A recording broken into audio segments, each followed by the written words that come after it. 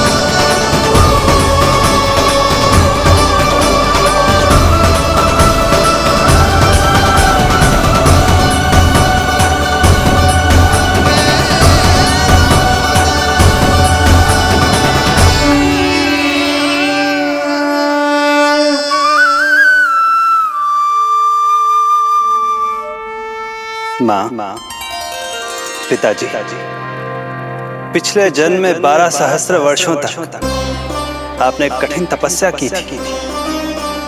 मूसलाधार वर्षा, घनघोर आंधी, चिलचिलाती हुई धूप और अस्थियां जमा देने वाली ठंड, सभी कष्ट सहे थे आपने,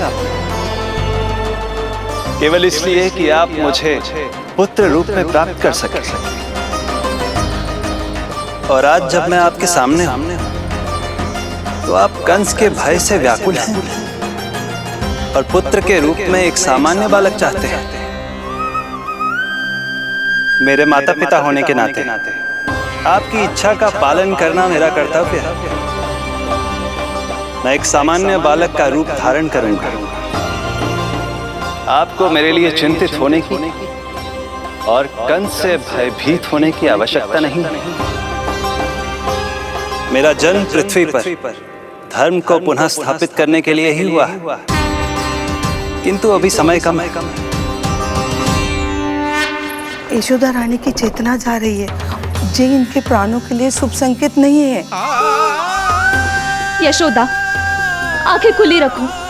यशोदा, यशोदा, आंखें खुली रखो।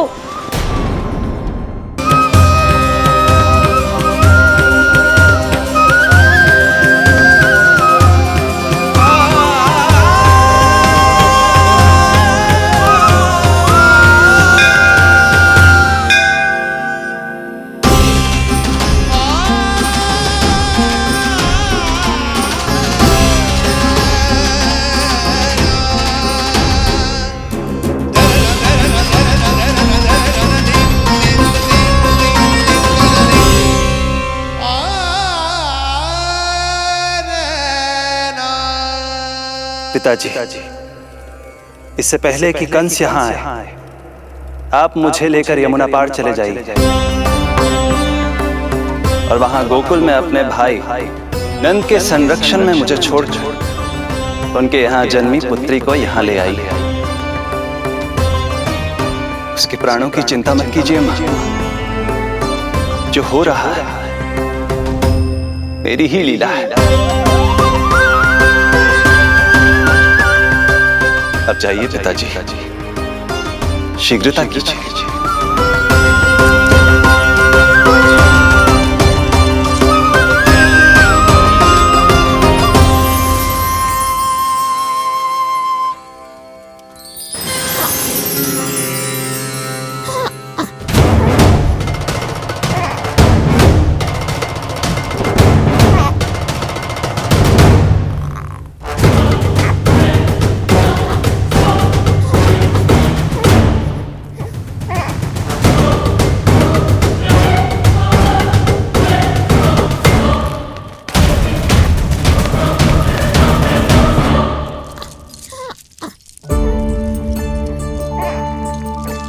प्रभु,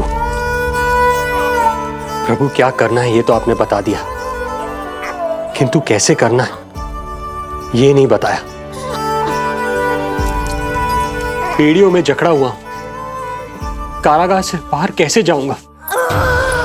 यशोदा, बस थोड़ी देर और धैर्य रखो। अब और प्रतीक्षा ना हो पाएगी मुझसे, अब और प्रतीक्षा ना हो पाएगी। अब और अधिक प्रतीक्षा आपको करनी भी नहीं पड़ेगी मैया।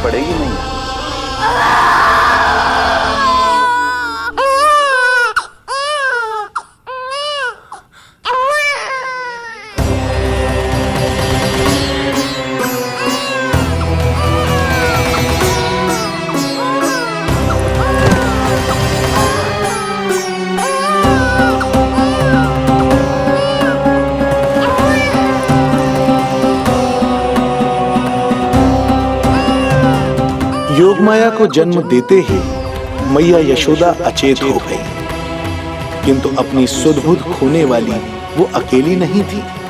इससे पहले कि कोई नन्ही योगमाया को दृष्टि भर कर देख पाता, संपूर्ण गोकुल उनकी किलकारियों के प्रभाव से गहरी निद्रा में सो गया। योगमाया को जन्म दे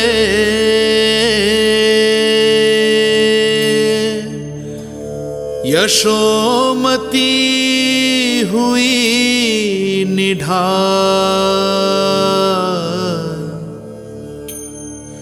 कोख जनी ना लख सकी, समय की ऐसी चाल,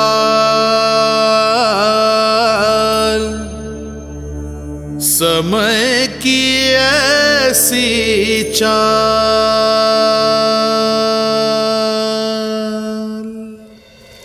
उधर मथुरा में वसुदेव अचरज में थे कि नन्हे प्रभु को बंदी गृह से बाहर कैसे निकाला जाए। अब केवल श्री विष्णु की माया ही इनकी सहायता कर सकती थी। प्रभु की आज्ञा का पालन कैसे संभव होगा? संपूर्ण कारागार पहरेदारों से भरा पड़ा है।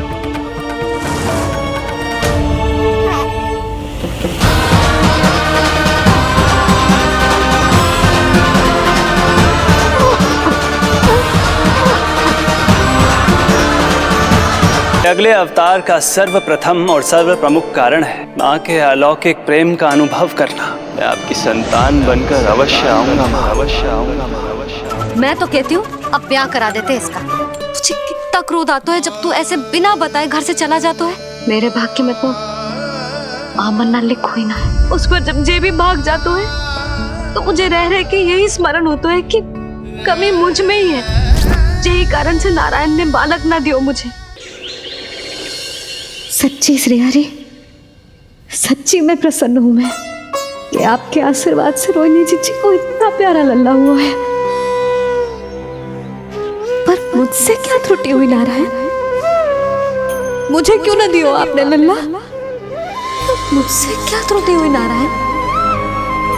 मुझे क्यों न दियो आपने लल्ला?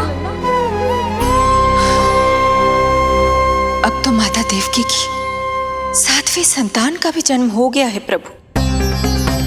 अब आपके अवतार लेने में किस बात की देर है?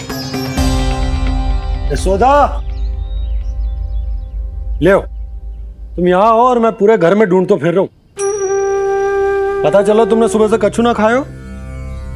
चलो कछु खा लो, आ जाओ। कहीं ना जा रही मैं।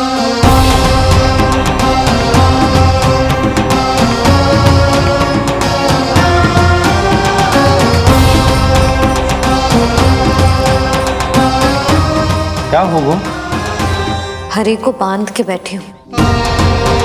जब तक मेरे प्रश्नों के उत्तर ना देंगे, ना कहीं जाऊंगी, ना कछु खाऊंगी। कौन से प्रश्न और कैसे उत्तर? गोकुल की प्रत्येक स्त्री को ममता का वरदान दिया है आपने, तो नारायण मुझसे ऐसा कौन सा अपराध होगा कि आपने मुझे अभी तक इस सुख से वंचित रखा है?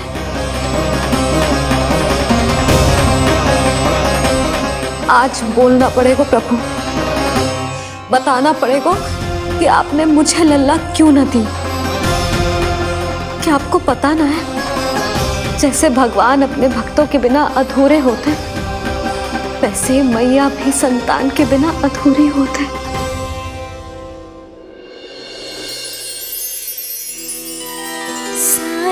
जे इनके प्राणों के लिए शुभ संकेत नहीं है। यशोदा, आंखें खुली रखो। यशोदा, यशोदा आंखें खुली रखो। यशोदा, बस थोड़ी देर और धैर्य रखो।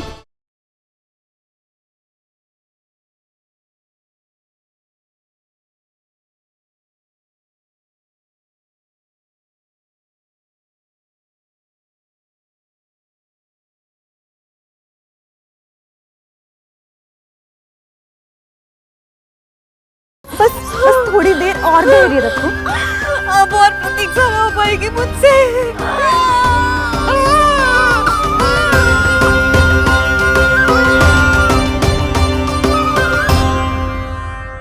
समय लगेगा, तब तक वासुदेव जल के भीतर जीवित कैसे रहेंगे?